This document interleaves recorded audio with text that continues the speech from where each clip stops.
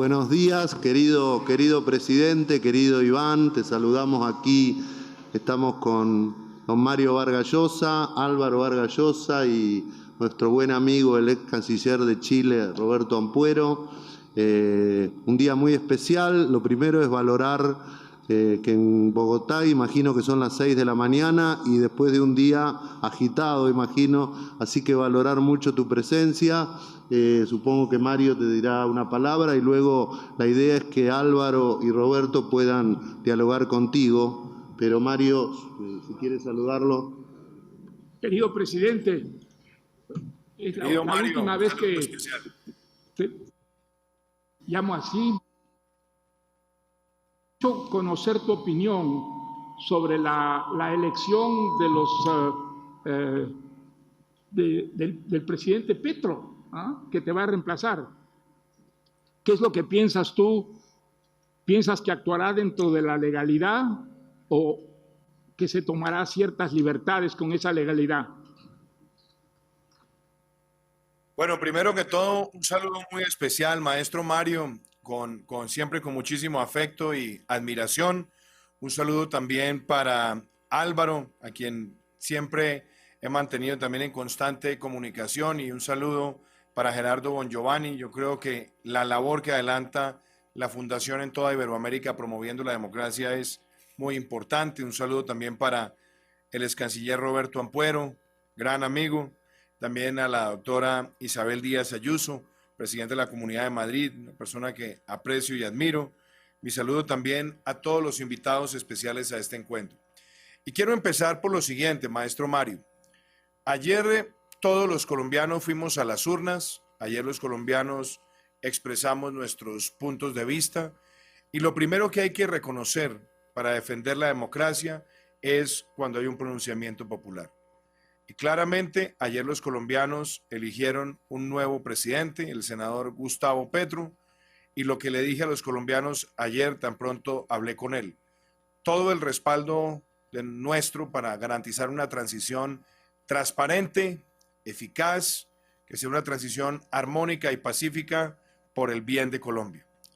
Y yo creo que al punto de la pregunta que hacías, querido Mario, yo creo que todos quienes asumimos la presidencia de la República de nuestras naciones, asumimos un reto enorme hoy en día, y es guiarnos siempre por el orden constitucional y por la legalidad, guiarnos por el respeto a la independencia de poderes, guiarnos también por el respeto a que la fuerza pública sea siempre una fuerza pública apolítica, al servicio de los ciudadanos, también ejercer un gran ejemplo de defensa de la libertad económica, donde todos los que crean empresa tengan las plenas garantías de que podrán ejercer esa libertad sin ningún tipo de constreñimiento y de limitación. Y por supuesto, que se garantice también la independencia del Congreso, del Poder Judicial, y que se le den todas las garantías a la prensa libre para operar.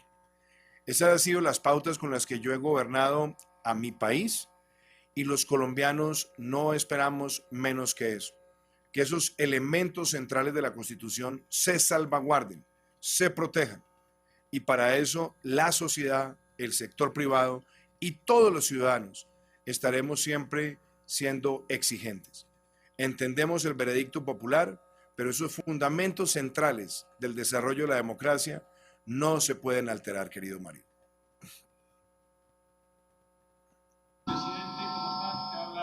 Álvaro Vargas Llosa. Quiero empezar por felicitarte, presidente. Nos conocimos, por lo menos 3 de los que estamos en esta mesa, tuvimos la ocasión de conocerte en plena campaña electoral hace ya 4 lejanísimos años. Recuerdo que aquella primera conversación versó casi tanto sobre literatura como sobre política. Es una dimensión de la personalidad y de los antecedentes del presidente Duque que no todo el mundo conoce, y que fue una conversación que, en cierta forma, inició una amistad y un diálogo que ha recorrido los últimos 4 años de tu gobierno, y de la que nosotros nos sentimos en la Fundación Internacional para la Libertad enormemente orgullosos y agradecidos.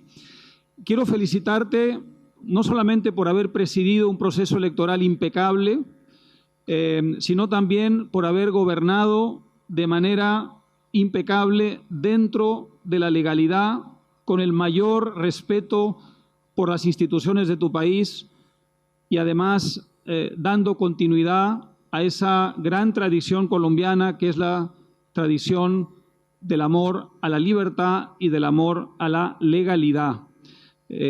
Son cosas por las que uno no debería normalmente tener que felicitar a un presidente. Forman parte de su obligación, desde luego constitucional y también moral y política, pero en el mundo de América Latina, donde esta ha sido más bien la excepción, que hayas conducido tu gobierno con apego a esos principios y valores es algo digno de resaltar, y por eso quería empezar este diálogo felicitándote de una manera muy calurosa.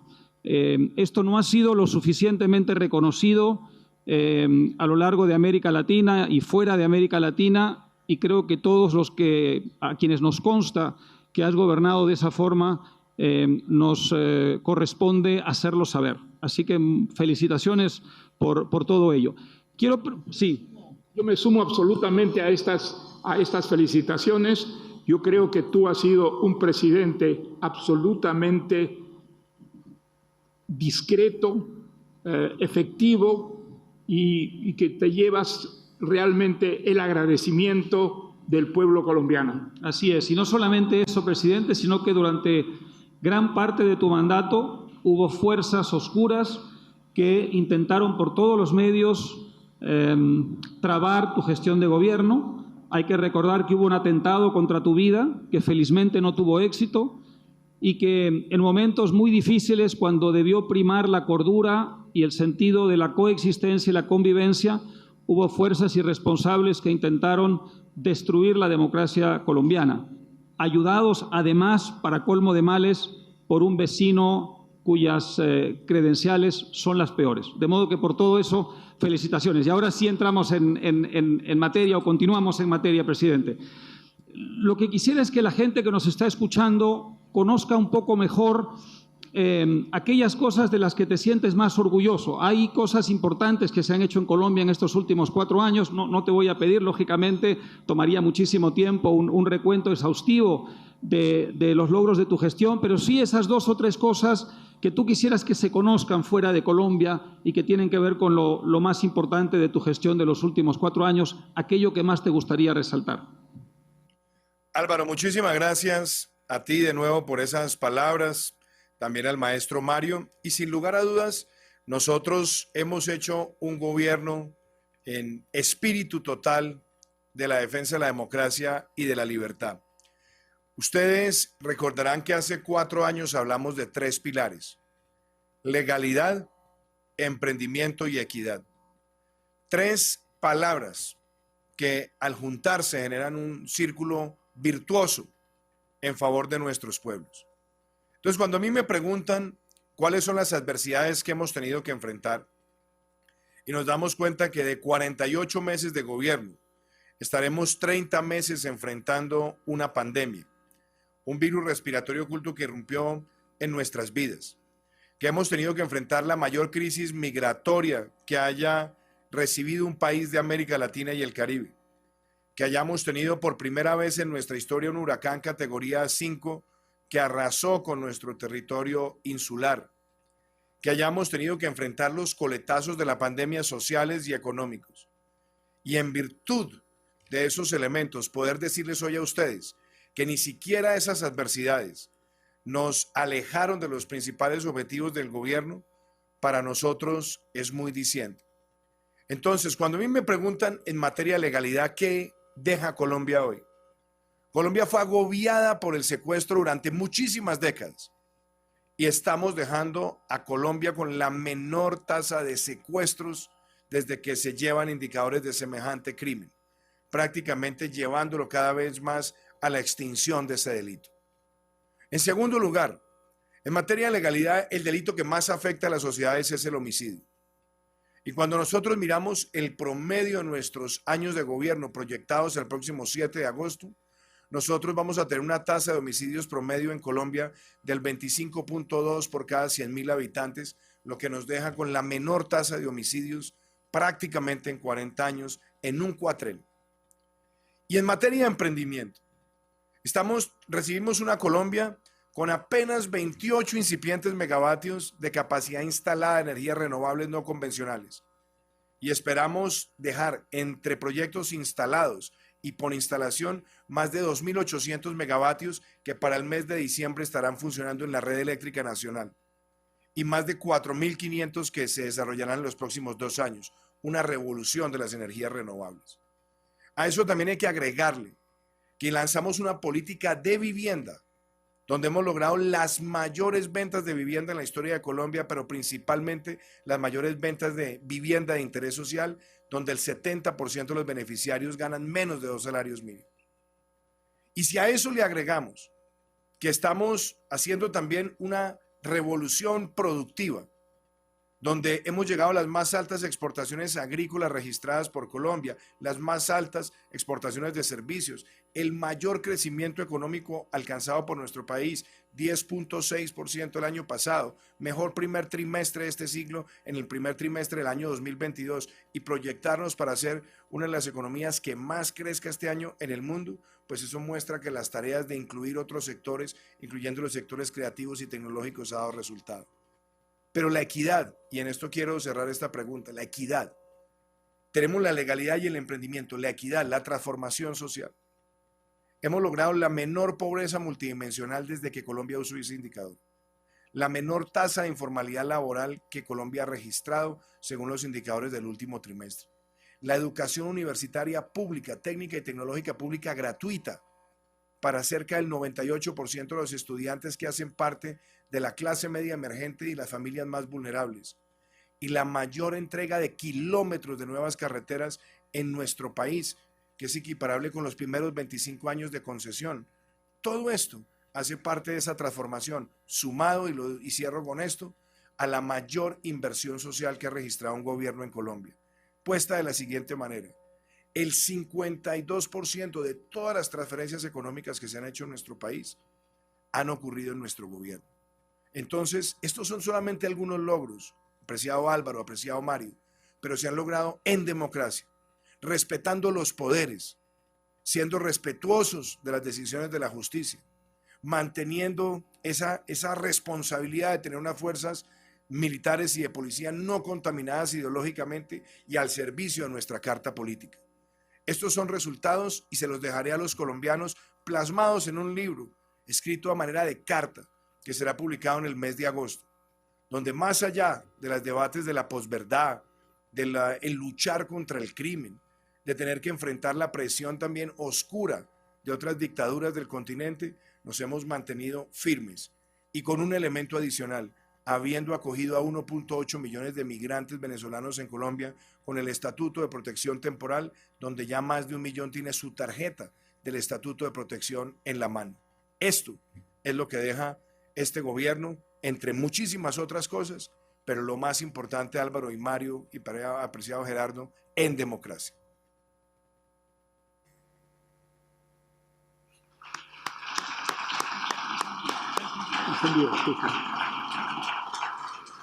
Buenos días, presidente. Le habla Roberto Ampuero. Muy buenos días desde Madrid. Hemos tenido, desde luego, otros buenos días, de verdad, muy buenos días, y esto lo digo en referencia con lo que ocurrió anoche en Colombia. Pero quiero unirme a las felicitaciones de Mario y Álvaro con respecto a su gestión gubernamental. Presidente, me interesa lo siguiente. Ayer tuvimos el triunfo de Gustavo Petro. Las encuestas indican que Lula podría ganar el gobierno en Brasil. De ocurrir esto, tendríamos prácticamente en América Latina un mapa donde la inmensa mayoría de los gobiernos pertenecen a políticos de izquierda, algunos muy radicales. La pregunta con respecto a esto es, ¿a qué atribuye usted esto? ¿O se trata simplemente de los péndulos propios de la política y la historia? Y si usted ve algún camino de esperanza en estos momentos difíciles de la región. Esa sería mi pregunta, presidente. Gracias, apreciado Roberto. Yo creo lo siguiente. América Latina ha experimentado cerca de 2 décadas de movimientos pendulares entre la izquierda y la derecha, o entre la izquierda y el centro, o la centro derecha. Eso es innegable. Lula ya fue presidente 8 años. Chile ha tenido también esos fenómenos. Argentina ni hablar. Uruguay lo tuvo. Vimos también cómo Bolivia lo tuvo por muchos años y también regresa.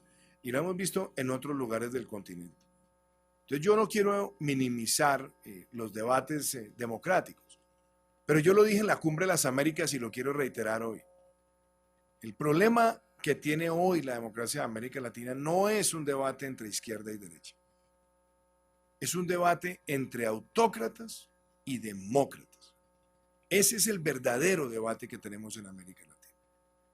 Los autócratas son los que utilizan la democracia, llegan al poder y sutilmente la pueden convertir en dictocracia.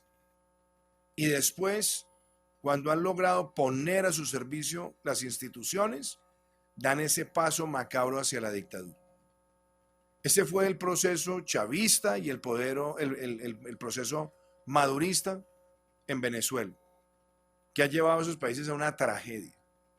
Ese ha sido el modelo de Daniel Ortega.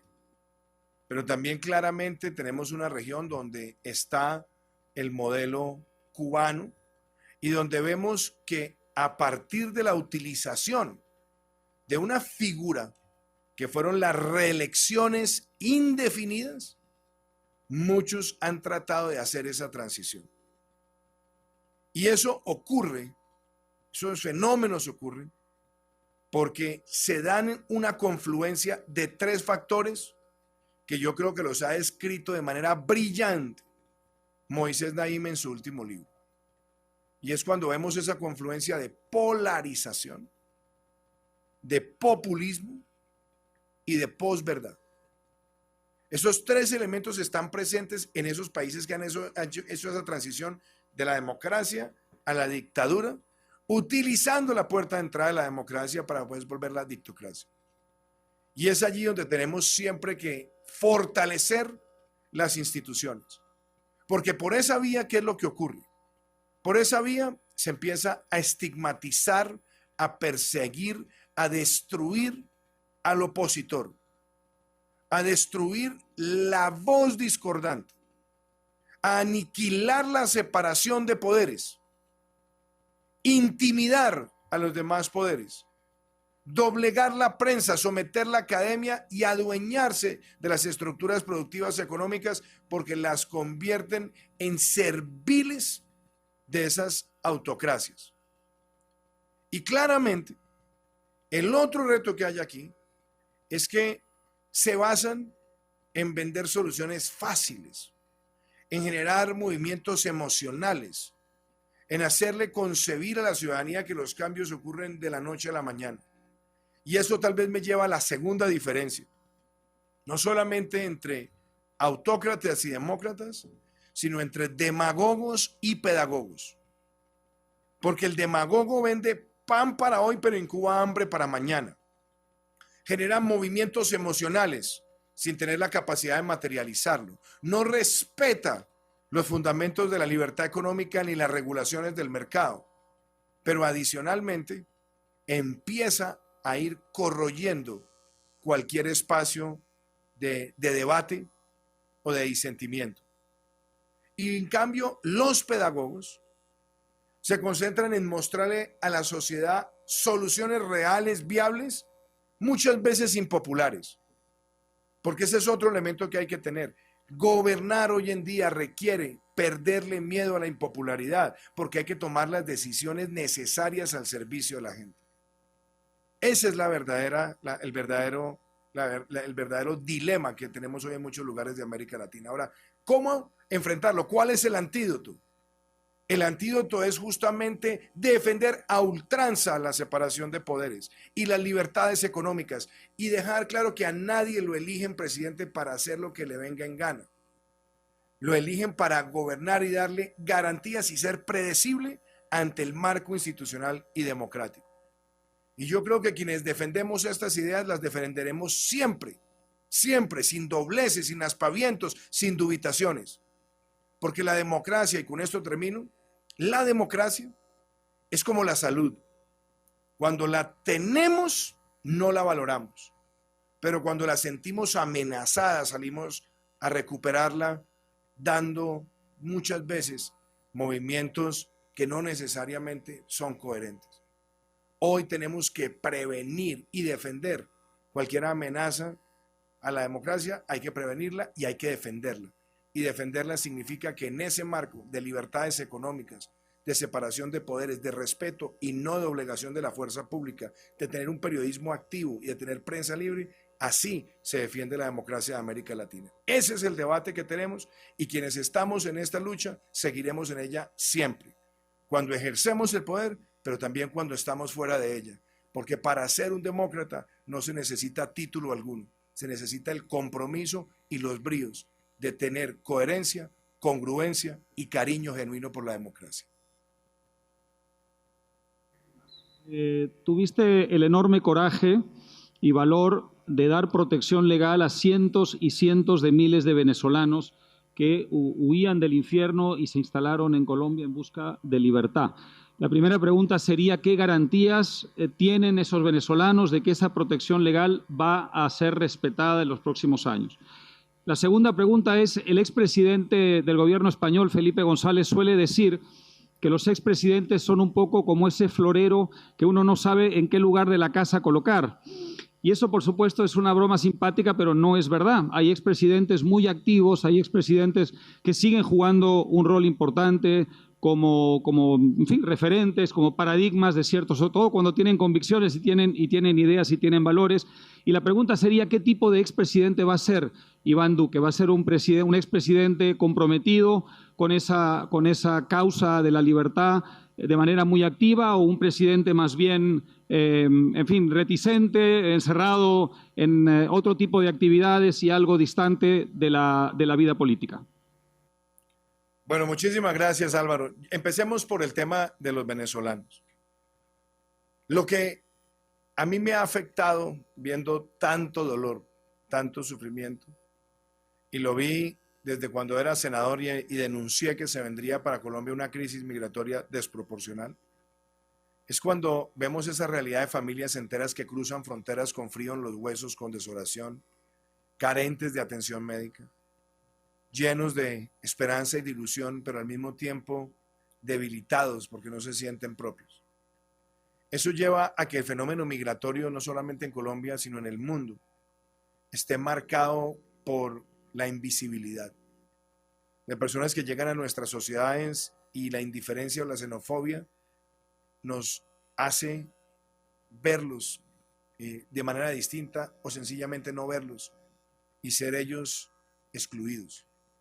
Hoy recuerdo esa columna también del maestro Mario Vargas Llosa que hacía referencia a Fatoumata Turay, un caso de una migrante en territorio español, lo leí hace muchos años y a mí me impactó.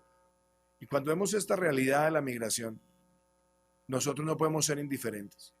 Y mucho más cuando somos naciones siamesas, que nacimos juntas, que este tricolor que tengo a mis espaldas fue producto del sueño de Francisco de Miranda cuando se encontró con el libertador Simón Bolívar, que lanzamos nuestra primera constitución en octubre de 1821 en Villa del Rosario de Cúcuta, y que además esa bella constitución en su artículo 83 decía que los extranjeros tendrían los mismos derechos de los colombianos en nuestro territorio. Si reconocemos eso y le reconocemos también a los hermanos venezolanos que recibieron a tantos colombianos con los brazos abiertos en los momentos más difíciles que vivió Colombia, eso para nosotros era la motivación para dar un paso histórico.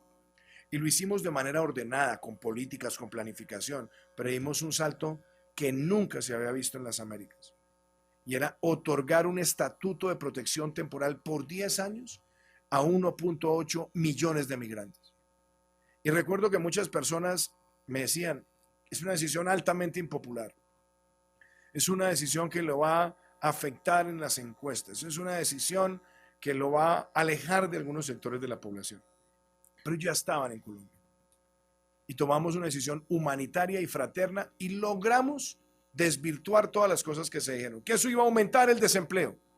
Y hemos visto que aún pasando por la pandemia, llevamos meses consecutivos reduciendo el desempleo y ya ahora con la menor tasa de informalidad laboral que registra Colombia. Después dijeron, es que esto va a aumentar la pobreza multidimensional. Y aún enfrentando esta difícil situación, logramos la menor pobreza multidimensional desde que usamos ese indicador hace más de una década. Y fuera de eso, logramos que estas personas se incorporen, que adquieran una cuenta, que puedan comprar una vivienda, que entren al sistema de seguridad social en salud, haciéndose visibles, como se llama esa campaña. Y eso ha sido reconocido por el Alto Comisionado de Naciones Unidas para los Refugiados, por la Organización Internacional de Migraciones, por distintos países, y hoy vemos al presidente Lasso de Ecuador dando medidas que van en esa dirección, el presidente Abinader dando medidas que van en esa dirección, y a muchos otros.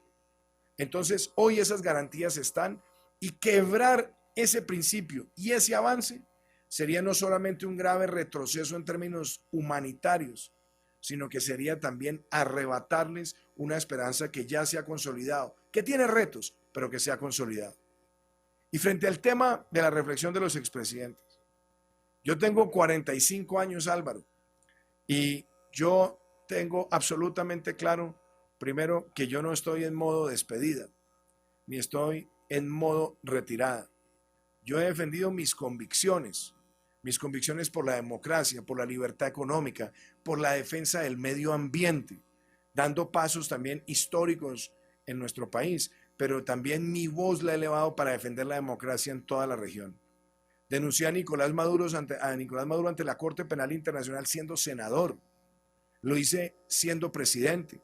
Presenté la consulta al sistema interamericano sobre las relaciones indefinidas y logramos un respaldo también de la Corte Interamericana con una opinión consultiva histórica.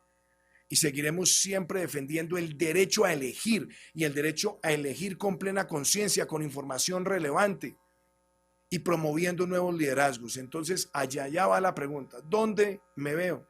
Me veo trabajando también en América Latina por esa defensa de esas libertades, pero también con ustedes y con otras organizaciones y con otros líderes y con otros presidentes, trabajando en la formación de los líderes que van a defender la democracia. Porque lo que hemos visto es que en muchos lugares de la región la democracia la han ido minando y afectando, porque se ha hecho una labor de muchos años, por no decir décadas, de ir lavando cerebros, ideologizando una muy buena parte del sistema educativo, ideologizando a una muy buena parte de la justicia e ideologizando una muy buena parte de Fuerzas Armadas. Esas tres cosas no pueden ocurrir, y mi voz seguirá siendo, como ha sido siempre, clara, sin dobleces, con coherencia y con congruencia para defender esos valores. Así será mi expresidencia, y así trabajaré no solamente por Colombia, sino por esta región.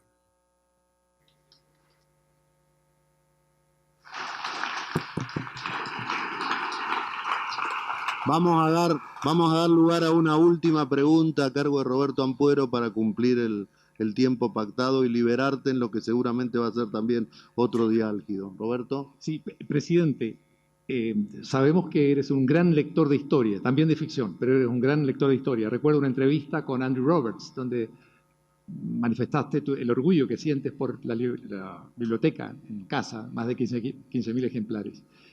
Atendiendo esto, me gustaría saber, ¿existe algún periodo de la historia de América Latina con el cual tú podrías trazar un paralelo con el periodo actual que estamos viviendo en América Latina? ¿Hay algo que se asemeje a otra etapa de nuestra historia? Yo siempre creo, apreciado Roberto, que quien no conoce la historia está condenado a repetirla. Y claramente América Latina ha pasado por muchísimos momentos de populismos y de populismos peligrosos.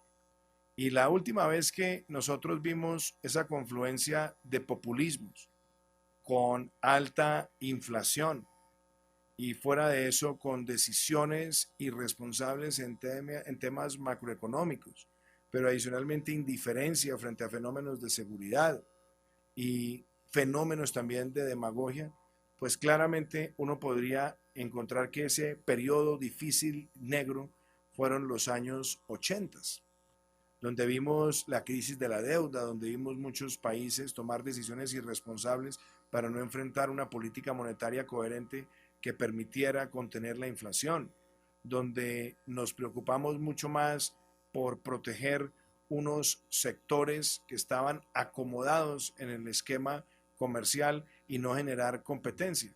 Eso lo vimos. Ahora, ¿puedo decir a plenitud, hoy hay una semejanza total? No, pero puede llegar a ocurrir. Puede llegar a ocurrir si se pierden varias cosas. Puede llegar a ocurrir si se empieza a tomar decisiones irresponsables en materia macroeconómica. Y es dejar crecer despavoridamente la deuda en un momento de ajuste post-pandemia. Puede ocurrir cuando no se toman las decisiones correctas en materia de política monetaria o en materia de política comercial para contener la inflación. Y se puede dar también cuando se dan procesos de expansión de ciertos gastos que pierden oportunidad productiva, pero adicionalmente que vienen acompañados de una gran retórica, entre comillas, social, cuando lo que están haciendo es patrocinar la expansión de las desigualdades. Entonces, yo creo que esas lecciones de los 80 tienen que estar leídas, tienen que estar analizadas. Y por eso nosotros hemos tenido que enfrentar muchísimas situaciones, pero las hemos hecho manteniendo la prudencia macroeconómica, y la prueba de ello es que esta semana, cuando entregamos el marco fiscal de mediano plazo en Colombia, tendremos este año la mayor reducción del déficit fiscal en un año en 29 años, retomando la senda, aumentando el crecimiento, aumentando el recaudo, apoyando sectores, dando señales de inversión. Entonces, yo creo que hay que tener presente lo que pasó en los 80s para que no se repita. Veo muchos discursos con muy bella retórica, pero sin talante gerencial. Y veo además una gran obsesión por la popularidad antes que por hacerlo responsable. El maestro Mario, que conoce muy bien y es experto en lo que ocurrió en esa década, y que además la enfrentó políticamente, sabe que lo peor que pasó en los años 80 fue cuando ilusionaron al pueblo con justicia social, cuando lo que estaban incubando era el macabro camino de la hiperinflación y el estatismo. Entonces, yo creo que cuando hemos vivido esos momentos, los debemos tener presentes, pero estoy seguro que hoy los pueblos de América Latina no van a dejar conducirse a ese camino. Y si tienen que darse resistencias dentro de la democracia, dentro de las instituciones, dentro del sector privado, para defender lo que se ha construido con esfuerzo, deben darse, pero deben darse en democracia, y así yo estoy seguro que no transitaremos nuevamente ese camino. Es decir, conocemos la historia y no debemos estar condenados a repetirla, pero eso implica que debemos estar absolutamente alerta. Y también, Roberto, quiero decir lo siguiente: hoy América Latina enfrenta múltiples retos, múltiples, pero hoy hemos visto que los modelos pro empresa, los modelos pro justicia social real, marcada por una economía que crece y que mantiene la fraternidad entre empleadores y empleados y no la quebranta a partir de la promoción de la lucha de clases, son las economías que tienen un gran desempeño, entre ellas Colombia. Así que mi saludo y mi afecto para todos ustedes. Espero verlos en persona muy pronto y tengan la certeza que seguiremos trabajando intensamente hasta el 7 de agosto de este año, cuando cumpliremos nuestra gestión de gobierno, donde entregaremos todo nuestro balance, pero también tengan la certeza de que aquí seguiremos en la lucha por la democracia por siempre. Y quiero agradecerle a la Fundación, apreciado Gerardo, Mario y Álvaro. Ustedes han sido promotores de esta defensa democrática y contarán conmigo, con un soldado. Muchísimas gracias.